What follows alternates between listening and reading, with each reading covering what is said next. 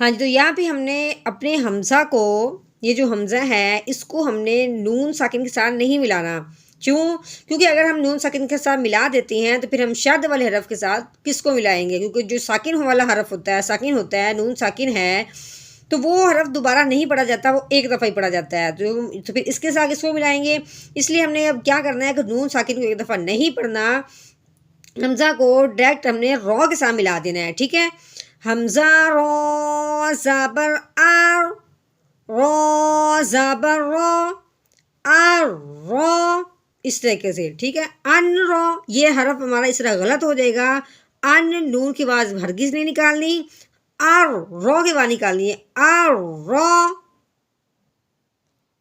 نحمده ونصلي على رسوله الكريم، اما بعد فاعوذ باللہ من الشیطان الرجیم، بسم اللہ الرحمن الرحیم۔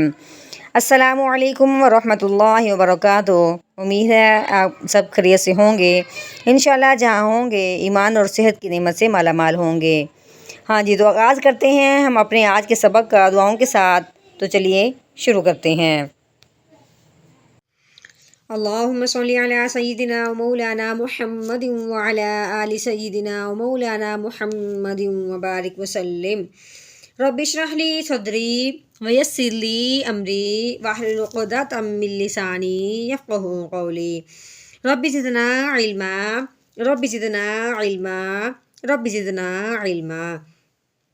تو چلیے شروع کرتے ہیں ہم آج کا اپنا سبق، جو سورۃ العلق ہے اس کا ہم نے آج تیسرا سبق پڑھنا ہے، تو آپ نے بہت دھیان اور توجہ سے سننا ہے اور اس کو سمجھنا بھی ہے اور اس کو آگے بھی پھیلانا ہے۔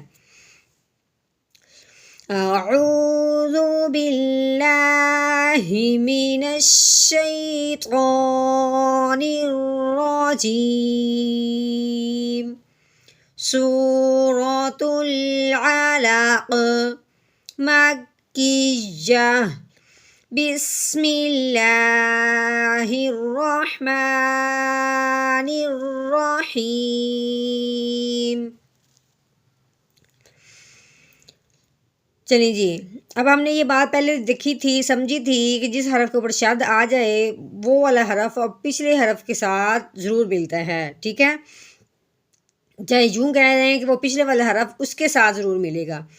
تو کیسے پڑھیں گے؟ کاف لام زبر کل، ٹھیک ہے؟ یہ جو شد ہے تین دندوں والی، اس کی وجہ سے کاف اس لام کے ساتھ مل گیا۔ آگے یہ والا لام ہے، آگے یہ جو آگے لگی ہوئی ہے یہ ہے الف، ٹھیک ہے؟ الف، تو اس کے اوپر مد آ گئی ہے، لام کو الف سے ملاتے ہوئے ہم نے کیا کہا تھا کہ الف سے پہلے اگر زبر آ جائے تو اسے ایک الف کے برابر لمبا کرتے ہیں۔ اس کو لمبا تو کرنا تھا لیکن آگے مد آ گئی ہے تو مد کی وجہ سے ہم نے اس کو تین الف کے برابر لمبا کریں گے، ٹھیک ہے؟ آگے یہ حمزہ آ گئی ہے، حمزہ کی وجہ سے اس کو چار الف کے برابر لمبا کریں گے۔ تو کیسے پڑھیں گے؟ لام الف مد زبر لا، کلا۔ ہاں جی، آگے پھر شد آ گئی ہے، لیکن شد کس کے اوپر آئی ہے؟ نون کے اوپر۔ ہم نے کیا پڑھا تھا کہ نون اور میم پہ جب شد آ جاتی ہے تو نون اور میم پہ ہمیشہ غنہ ہوتا ہے، ٹھیک ہے؟ اب شد پیچھے ہم نے دیکھی ہے لام، لیکن اس کے غننے کی کوئی بات نہیں ہوئی کیونکہ غنہ جب شد ہو نون کے اوپر پھر ہوتا ہے، ٹھیک ہے؟ حمزہ نون زیر ان، جس بھی حرف کے اوپر شد آئے تو آپ نے پچھلے والا حرف کو اس کے ساتھ، یعنی جس کے اوپر شد ہے اس حرف کے ساتھ ضرور ملانا ہے، ٹھیک ہے؟ آگے پھر ہے لام، نون کے بعد کیا آگئی ہے؟ لام، لام کے اوپر آگئی چھوٹی سی دال کی شکل میں جزم، ٹھیک ہے؟ یہ لام کے اوپر جزم ہے، ہم نے اب نون کو لام کے ساتھ ملانا ہے، تو لیکن جو الف آگے آ رہا تھا اس کے نیچے آ گئی زیر، الف کے اوپر نیچے زبر زیر پیش آ جائے تو اس الف کو حمزہ بناتے ہیں، ٹھیک ہے؟ اب ہم نے صرف لام پڑھنا ہے، آگے والا الف ابھی نہیں پڑھنا۔ نون لام زبر نل، انل، آگے حمزہ کے نیچے زیر، الف کے نیچے زیر آ گئی تو اس کو حمزہ بناتے ہوئے ہم نے ملانا ہے نون کے ساتھ۔ نون کیوں ہے کہ نون کے اوپر جزم آ گئی ہے تو وہ بن گیا نون ساکن۔